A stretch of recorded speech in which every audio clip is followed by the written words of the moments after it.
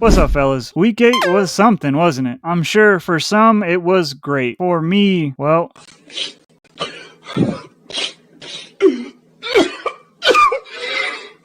I'm going through it right now. I feel like such a loser. Man, I can't stand this week. Alright, look, let's start there. I guess we got to talk about that UNLV game. This game was more competitive than the score showed. Well, at least it was. And then, I don't know, man. You got to give your kudos to Boise. They outplayed us thoroughly, especially in the second half. I mean, they are the winner of this game. I can't take that away from them. But we just gave up. That second half is more than just embarrassing. And I could blame a lot of different factors. Being on the blue, our coaching staff never really playing this Boise State team, just everyone being new. But honestly, if you don't look at this game and figure out that Paul Guenther is just bad at his job, I don't know what to tell you. I don't know how you think football should be played, but it's definitely not the way that he calls defenses. And sure, was he the complete and only reason we lost this game? No. Cory Dennis does deserve some of the blame. Cory Dennis, honestly, he needs to figure out what he likes to call, because it took too long for our offense to figure out what they wanted to do. And the minute we had to start chasing points, it felt like we were back to being confused. With the talent we have on that side of the ball, that should never be the case. I'm not saying you got to take away play calling duty from Cory Dennis, because he's been up and down, but he is a young coach. He's learning how to do this. But you can't be predictable against a very good team like Boise. We had a bunch of offensive penalties that killed drives, and that pick six really broke our back. But we still had over 400 yards of offense in this game. But defensively, always out of place. We have no fundamentals. We lack the ability to not fill gaps whenever they open. It's frustrating watching this defense every week. Eventually, something like this was going to happen. I just hope it didn't happen against Boise. We allowed Dylan Riley to look like Ashton Genty last year. He cut through the defense like butter. We just looked uninterested in tackling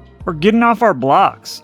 We got to do something about the pass rush too. I don't know. I hate the blitzes that Paul Guenther calls, but if that's the only way we can get sacks, that we only had, I think, one today against a Boise State offense that might be good, but the offensive line has shown to give up some pressures. It just overall was bad on defense. In offense, we just stalled. It wasn't a good game. If we have to talk about the good in this game, though, I know I complained about penalties, but we actually kept it down compared to other games. Only 7 for 45 yards. I don't know, man. I think this game just came down to a couple plays, and it's not fair, but we very clearly should have gone for it on 4th and inches, even on our own half, knowing how bad our defense is at the beginning of the third. And unfortunately, Jet just had to get that extra yard, and I think this game would have been different. And I know that sounds very loserish, blaming it on a couple instances, but when you look at this game, we really weren't that far behind this team. Well, no, I mean, they beat us up, but this game could have been closer than what happened. And I don't know, maybe if it was like that, we could have snuck one out. It's just so disappointing. Look, I'm going to move on. I don't want to keep talking about this. It just makes me angrier and angrier the more I think about this game. It was in reach, and then it wasn't. So we got to win out. We have to win out. If you want a chance to play this team again, you have to win out. And honestly, now we don't control our own destiny. We have to hope that San Diego State and Fresno State beat up on each other. Still big games left on the schedule, and you have to play better. Next week is going to be a gut check moment. You have to show that you weren't just broken after this. Don't be mentally fragile. Now, moving off of that game, sure, it was disappointing, but I think in hindsight, it is what it is. At least the expectation for this team is to be better, and that's a long way from where we were. That's something to be proud of. At least there's a little win in that. Moving to another game in which a team that I also love and put a lot of energy into following completely shit the bed in the biggest moments of the game. It's not even funny. USC versus Notre Dame. Before we get into it, look, Notre Dame was a better team actually the whole night. That's why it was surprising to me that there were moments in the game they try to give us the game. They try to give the Trojans the game. But USC does what USC has done over the last 5, 10, 15 years and says, nah, bro, it's all you. You're good. Go ahead. You can win this game. It's unacceptable for this program to be as soft as it is. And I think you got to look at the head coach. I'm not saying you got to fire him, but I mean, I'm also not saying you have to keep him. Every year in gut check moments, gut check games that you have to just grit your teeth and win, we come up short. Or we do something stupid like that I gotta calm down.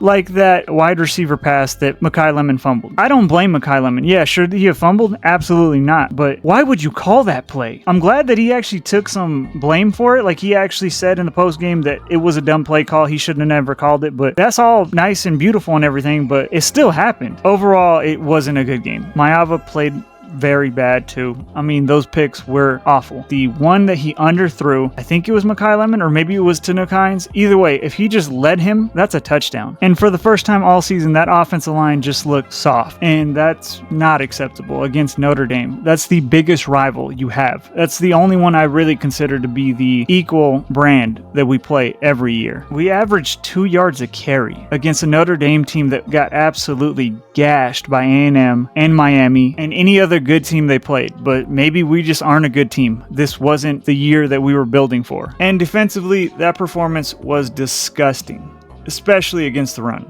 Now in both losses, we've been bullied up front. Our defensive linemen cannot get off their blocks. You have to be able to make things happen in the backfield, negative plays, just something, because we are so dependent on our pass rush that if they don't ever threaten to actually pass the ball like they didn't at the entire second half of the game, we are useless. Like I said, I think this game came down to a couple things. There were a couple moments in the game. The one that absolutely killed us is when we finally got the lead, our special teams just decided to disappear.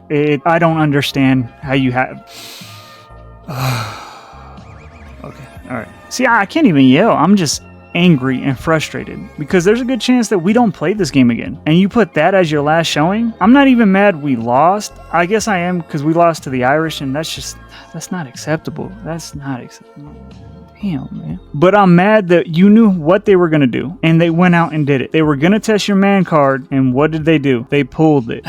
Thank God we're in a bye week. Thank God both of my teams are in a bye week. I need a break. I'm glad I actually waited a day to make this because I was irate all evening on Saturday or Monday, whenever this comes out. I'm just glad I waited. Season's not over. We are now outside looking in, though. You have to win out, and I thought that this was a win. This was a very plausible win, but we need something. We need some fire. Just figure it out. All right, let's look at the rest of the college football world. Looking at the Mountain West, now that UNLV no longer controls its own destiny. On Friday, San Jose State went up to Utah State in a very fun back and forth game. The Aggies ended up pulling this one out. Bryson Barnes was pretty solid. He threw for 326 and a tud and also ran one in, but Walker Eget, man, that guy has an arm. What is it? He's a certified roof toucher. Wyoming at Air Force. Air Force got the dub here. I watched a little bit of it. I'm not going to sit here and lie to you and say I watched the whole game, but Liam Sarka, man, workhorse. I know he's a quarterback, but like I told you guys in my preview last week,